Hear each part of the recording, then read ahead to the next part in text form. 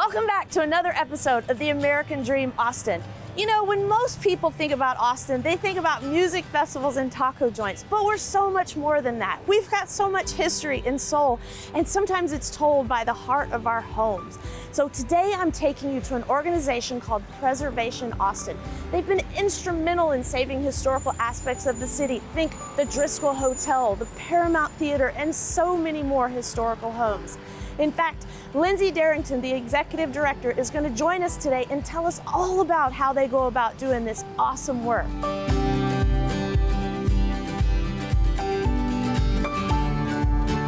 We're here with Lindsey Derrington, the executive director of Preservation Austin. Lindsey, thank you so much for being with us today. Can you just tell us what Preservation Austin is all about?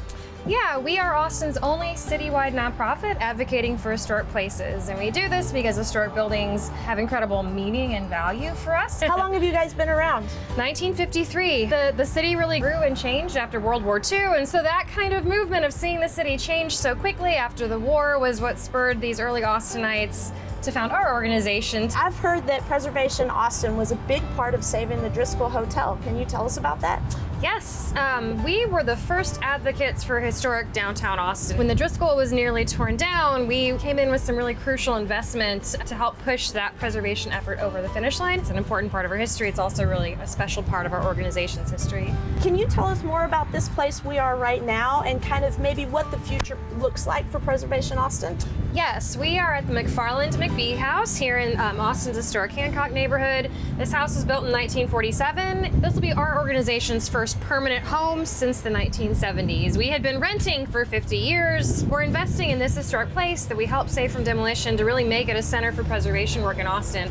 Our city needs this, and they need a place where they can come and access our advocacy and our programming.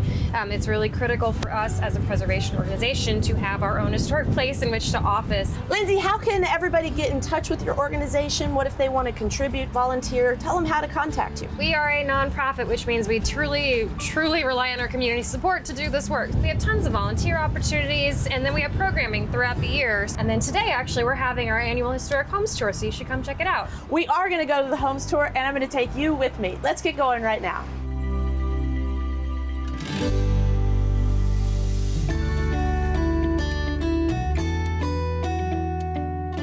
Come with me on the tour of these historically significant homes today. I have two to show you.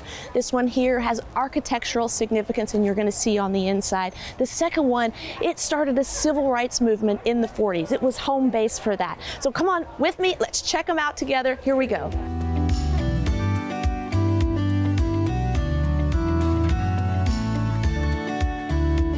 This home here is affectionately referred to as the Rogers Lyons House. It's a faux Victorian gym built in 1893 by Railroad Superintendent Martin Rogers. In the 1940s, it became the residence of Louis Lyons, a black entrepreneur affectionately known as the Black Mayor of 6th Street. He supported black-owned businesses and founded the Friends in Need Fund, which helped cover burial costs for those in the community. Fast forward to the 80s, and the architect, Emily Little, she sees the home boarded up and falls in love at first sight, and has spent the last 40 years restoring every inch while staying true to its soul.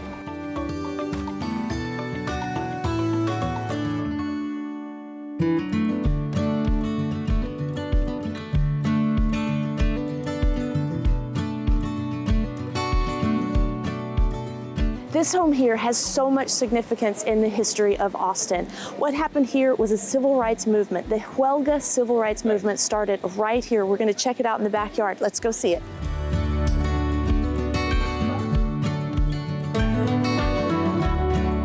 This home here, built in 1946, sparked an actual civil rights movement.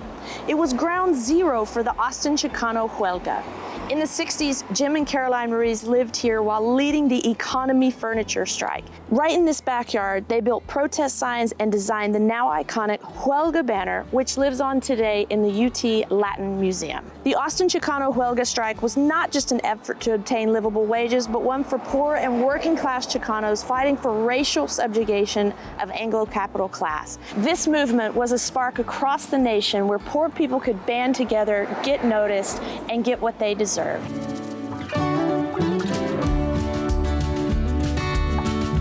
So So these are called the picket houses. The strike lasted so long that they had to have an office set up for the people to either come in out of the cold or the heat, and they used them as an office to pay the people just these minimal wages during the strike.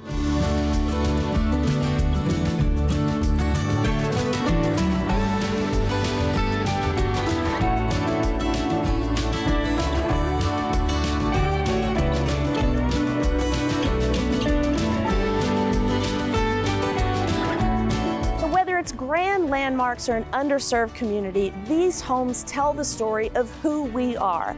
A big thanks to Lindsey and the team at Preservation Austin for showing how they saved these most memorable homes and businesses and part of our culture over time. So until next time, keep loving on Austin. I'm your host, Nicole Cooper of the American Dream TV.